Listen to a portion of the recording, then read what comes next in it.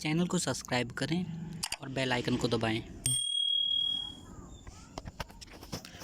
Hello friends, Ayurveda and medicine channel में आप सभी का स्वागत है। हेलो फ्रेंड, आज हम इस वीडियो में जानेंगे कि नवजात शिशु में जॉन्डिस किस कारण से होता है, उसके क्या क्या लक्षण होते हैं, उसके क्या क्या क्लासिफिकेशन होती हैं और किन उपायों को करने से इसका उपचार किया जा सकता है। तो चलो शुरुआत करते हैं। हेलो फ्रेंड्स, आज का हमारा टॉपिक है न्यूनेटल जॉन्डिस। इसे नवजात पीलिया भी कहते हैं। जो स्वस्थ नवजात शिशु होते हैं उनमें पीलिया तभी होता है जब उनके खून में बिलिरुबिन की मात्रा अधिक हो जाती है, जिसकी वजह से उनकी आइस और स्किन में येलो कलर का डिकलरेशन हो जाता है। बिलिरुबिन क्या होता है? बिलिरुबिन एक तरह से साल्ट केमिकल होता है जो आरबीसी के टूटने की वजह से बनता है। जितना बिलिरुबिन लेवल अधिक होगा उस हिसाब से पता चल जाएगा कि नवजात शिशु में कितना जॉन्डिस है। जैसे जैसे बिलिरुबिन का स्तर सामान्य से अधिक होने लग जाता है वैसे वैसे ही पीलिया ऊपर से नीचे की तरफ उतरना चालू हो जाता है, यानी कि सिर से गर्दन की तरफ, फिर छाती की तरफ तथा गंभीर मामलों में पैरों की उंगलियों तक पहुँच जाता है। अगर गंभीर मामले ना हुए तो पीलिया हानिकारक नहीं होता। तो चलो अब जानते हैं कि न्यूनेटल जॉन्डिस क्या होता है। इसे लेक्टल न्यूनेटम या न्यूनेटल हाइपरबिलिरुबिनिया के नाम से जानते हैं। जॉन्डिस में बिलिरुबिन लेवल बढ़ा हुआ होता है जिसके कारण स्किन म्यूकोसा आई की स्कैलर येलो कलर की दिखाई देने लगती है। बिलिरुबिन सबसे पहले आरबीसी के ब्रेकडाउन से फॉर्म होता है और ये ट्रैवल करता है गॉल ब्लैडर के अंदर, लिवर के अंदर और डाइजेस्टिव ट्रैक्ट के अंदर। नॉर्मल बिलिरुबिन लेवल की वैल्यू कितनी होती है? 1 से 1.3 मिलीग्राम पर डीएल अडल्ट के अंदर होती है इसकी वैल्यू इतनी। अगर अडल्ट में इसका लेवल 2 मिलीग्राम पर डीएल से ज़्यादा हो जाएगा तो जॉन्डिस हो जाएगा, और अगर यही वैल्यू न्यूबॉर्न के अंदर 5 mg पर डीएल से ज़्यादा होगी तो उसे जॉन्डिस हो जाएगा। यहाँ पे एक डायग्राम दिया गया है जिसमें आरबीसी हीम में चेंज हो जाता है, हीम बिलिरुबिन के अंदर, और फिर ट्रांसफर हो जाता है बिलिरुबिन इनटू द लिवर के अंदर। अब जानते हैं इसके इंसिडेंस के बारे में। जॉन्डिस इन्फेंट्स में कॉमन कंडीशन होती है जो 50% न्यूबॉर्न को अफेक्ट करती है। मतलब कि 50% बच्चे जो होते हैं, जो नवजात शिशु होते हैं, वो जॉन्डिस के शिकार हो जाते हैं, और 80% इसमें प्री टर्म वाले होते हैं। प्री टर्म मतलब क्या होता है? जो 37 वीक्स या फिर 9 मंथ से पहले जिनका जन्म होता है उसे प्री टर्म इन्फेंट्स कहते हैं। अब बात करते हैं इसकी क्लासिफिकेशन के बारे में। यह 2 प्रकार की कैटेगरी में डिवाइडेड होता है: pathological jaundice, physiological jaundice. Pathological jaundice, जो पैथोलॉजिकल जॉन्डिस होता है यह बेबी की डिलीवरी के 24 आवर के भीतर अपीयर होता है। जनरली 10 दिन तक टर्म बेबी के अंदर और 14 दिन तक प्री टर्म बेबी के अंदर देखने को मिलता है। टर्म बेबी कौन से होते हैं? जिनका जन्म 9 मंथ के अंदर होता है उसे टर्म बेबी कहते हैं, और जो 9 मंथ से पहले जिनका जन्म हो जाता है उसे प्री टर्म बेबी कहते हैं। केवल 5% न्यूबॉर्न बेबी के अंदर पैथोलॉजिकल जॉन्डिस देखने को मिलता है। इसमें बिलिरुबिन का लेवल 5 mg पर 100 ml पर 24 आवर के रेट से बढ़ता रहता है।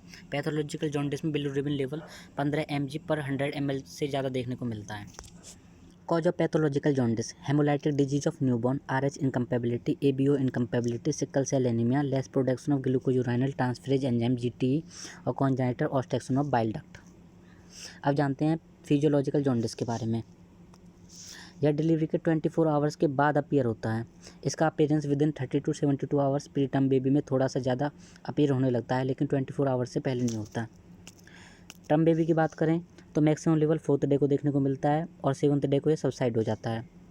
अगर वहीं पर बात करें प्री टर्म बेबी के अंदर तो इसका मैक्सिमम लेवल 5th डे और 6th डे को देखने को मिलता है और 14th डे को ये बाद में सबसाइड हो जाता है। Cause of pathological jaundice: faster destruction of RBC because of shorter life span of RBC 80 days and more foetal haemoglobin level 18 to 24 mg पर डीएल। मतलब इसमें फास्टर डिस्ट्रक्शन ऑफ आरबीसी होता है, मतलब क्योंकि जो लाइफ स्पैन होता है आरबीसी का 80 डेज का होता है, और ये मतलब कि बेबी के अंदर 80 डेज का होता है, वैसे अडल्ट के अंदर आरबीसी का 120 डेज का लाइफ स्पैन होता है, और इसमें more foetal haemoglobin level 18 to 24 mg पर डीएल होता है। इमेच्योर लिवर के अंदर बेबी का लिवर इमेच्योर होने के कारण लिवर UDPGT मतलब कि यूरिडिन डाइफॉस्फेट ग्लूकोयूराइनल ट्रांसफरेज एंजाइम कम सिक्रेट करता है। यह एंजाइम बिलिरुबिन सिक्रेशन में आवश्यक होता है। तो चलो जानते हैं कुछ क्वेश्चंस के बारे में। What are the most common cause of jaundice in newborn? Newborn के अंदर मोस्ट कॉमन कॉज क्या होता है जॉन्डिस का? तो न्यूबॉर्न के अंदर एक्सेसिव बिलिरुबिन, जैसे हाइपरबिलिरुबिना के नाम से जानते हैं, ये इसका मेन कॉज होता है जॉन्डिस का। बिलिरुबिन रिस्पॉन्सिबल होता है येलो कलर ऑफ जॉन्डिस, मतलब जॉन्डिस के अंदर येलो कलर देने में सबसे ज़्यादा रिस्पॉन्सिबल होता है, और इसका फंक्शन क्या होता है? आरबीसी को तोड़ने की वजह बनता है। What is the most dangerous level of jaundice in newborn? Newborn के अंदर सबसे ज़्यादा डेंजरस लेवल क्या होता है? जो डेंजरस लेवल है अराउंड 20 के आसपास जो पाता है वो बिलिरुबिन का हार्मफुल लेवल होता है। अगर इसके ऊपर हो जाए तो भी मतलब बहुत कम चांस होते हैं, उसके बहुत ज़्यादा रेयर चांस होते हैं इससे ज़्यादा होने के। हाई लेवल को ठीक करने के लिए बिलीलाइट्स का यूज करते हैं। ऐसे कौन कौन से फूड हैं या ऐसा क्या है जो मदर को नहीं खाना चाहिए अगर उसके बेबी को जॉन्डिस है तो। यहाँ पर सबसे पहले ये बताया गया है कि कुछ अवॉइड सप्लीमेंट, मतलब सप्लीमेंट्स को छोड़ देना चाहिए और जो सप्लीमेंट अगर बहुत ज़्यादा ज़रूरी हैं तो मदर के द्वारा जो एक्सप्रेस किया जाता है मिल्क, वो उसकी फर्स्ट चॉइस होती है, जो कि फॉलोड की जाती है डोनर मिल्क के द्वारा। और वाटर और glucose water should not be given. इस कंडीशन में वाटर और ग्लूकोज वाटर कभी नहीं देना चाहिए। डू जॉन्डिस बेबी स्लीप मोर, क्या जो बच्चे को जॉन्डिस होता है वो ज़्यादा सोता है? जो symptoms of jaundice include yellowing of skin and yellowing of eyes, मतलब जिसको जॉन्डिस होता है उसकी आंखें तथा स्किन येलो हो जाती है, जिसकी वजह से जॉन्डिस हो जाता है। और जॉन्डिस की वजह से बेबी सीम होता है, मतलब कि ऐसा लगता है जैसे वो बहुत ज़्यादा स्लीपी है, और इसमें वेरी हार्ड कंडीशन होती है फीडिंग टाइम। अब जानते हैं यहाँ पे क्रैमर इंडेक्स, इसे असेसमेंट ऑफ न्यूनेटल जॉन्डिस कहते हैं। इसमें ग्रेड है, 5 ग्रेड होती हैं, 1 2 3 4 5। जो फर्स्ट है वो फेस पे है, जो अफेक्टेड पार्ट है उसका फेस, उसमें बिलीरुबिन लेवल ब्लड के अंदर 5 mg है। और चेस्ट की बात करें तो चेस्ट पे 10 mg है, वो सेकंड पॉइंट आउट कर रखा है इसमें। फिर थर्ड है एब्डोमिनल थाई पर 12 आ जाएगा, इसका 12 mg% होता है। हैंड एंड लेग्स पे 15 होता है और पाम्स एंड सोज पे 15 से ज़्यादा। अब बात कर लेते हैं कॉम्प्लिकेशन ऑफ पैथोलॉजिकल जॉन्डिस के बारे में। इसमें फर्स्ट वन है कैनिकेथेरस, इसे बिलीरुबिन एन्सेफेलोपैथी कहा जाता है। जब बिलीरुबिन का लेवल 15 से 20 mg/dl से अधिक हो जाता है तब यह BBB ब्लड ब्रेन बैरियर को क्रॉस करके ब्रेन के सेरिबेलम एवं बेसल न्यूक्लाई में एंटर कर जाता है, जो ब्रेन के लिए टॉक्सिक होता है। इसके मैनेजमेंट की बात करते हैं, 3 टाइप का होता है। फोटोग्राफी, मेडिकल मैनेजमेंट, इसे ड्रग थेरेपी कहते हैं। और लास्ट वन है ब्लड ट्रांसफ्यूजन। फर्स्ट वन है फोटोग्राफी, इसे लाइट थेरेपी भी कहते हैं। फोटोथेरेपी का यूज़ सर्वप्रथम रिचर्ड क्रैमर ने नर्स सिस्टर जे वार्ड की सहायता से किया था। फोटोथेरेपी में फ्लूसेंट लाइट का यूज करते हैं, जो कि कॉन्जुगेट बिलिरुबिन को कॉन्जुगेट बिलिरुबिन में कन्वर्टेड कर देती है, अनकॉन्जुगेट बिलिरुबिन को कॉन्जुगेट बिलिरुबिन में कन्वर्ट कर देती है। इसकी मतलब वेवलेंथ होती है 420 से 500 नैनोमीटर की वेवलेंथ को एब्जॉर्ब करने में सहायक होती है। इसकी जो डिस्टेंस बिटवीन फोटोथेरेपी और बेबी के बीच में जो डिस्टेंस होती है वो 18 इंच की होती है, 18 इंच या फिर 45 सेंटीमीटर की उसकी डिस्टेंस होती है। नर्स की क्या रिस्पॉन्सिबिलिटी होती है?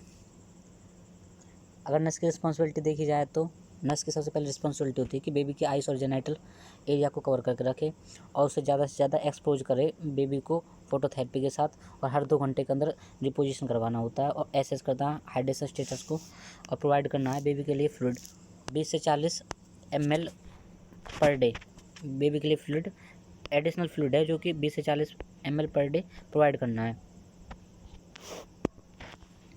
और रेगुलर इंटरवल में बेबी को फीडिंग करवानी है, ब्रेस्ट फीडिंग।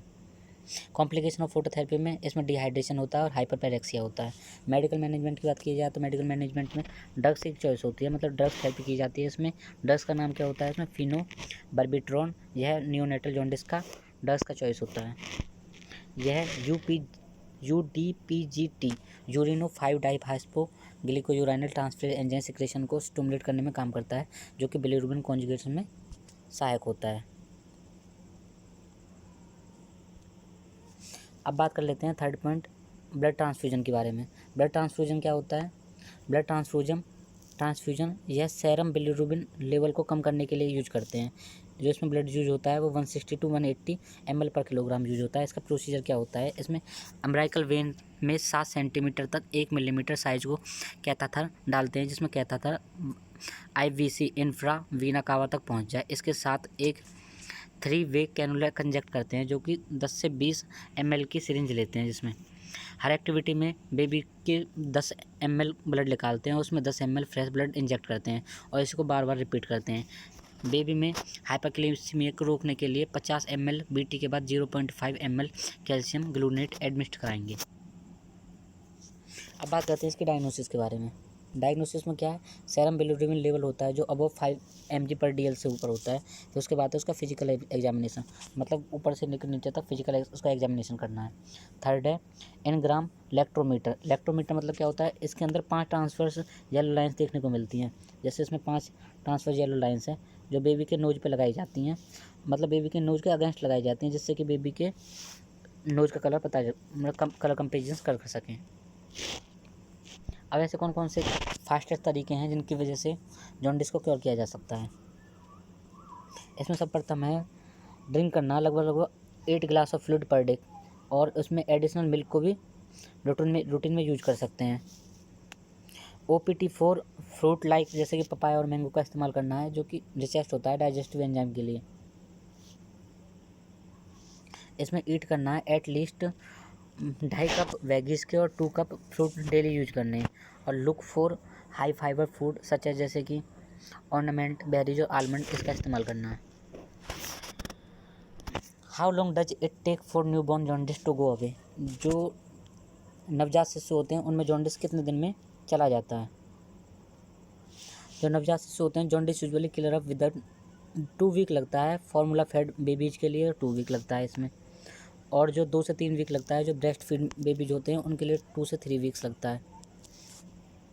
और if your baby jaundice last more than 3 week, अगर 3 वीक से ज़्यादा हो गए हैं तो मतलब कि हेल्थ केयर प्रोवाइडर से बात करनी चाहिए। अब बात करते हैं इसके ट्रीटमेंट के बारे में।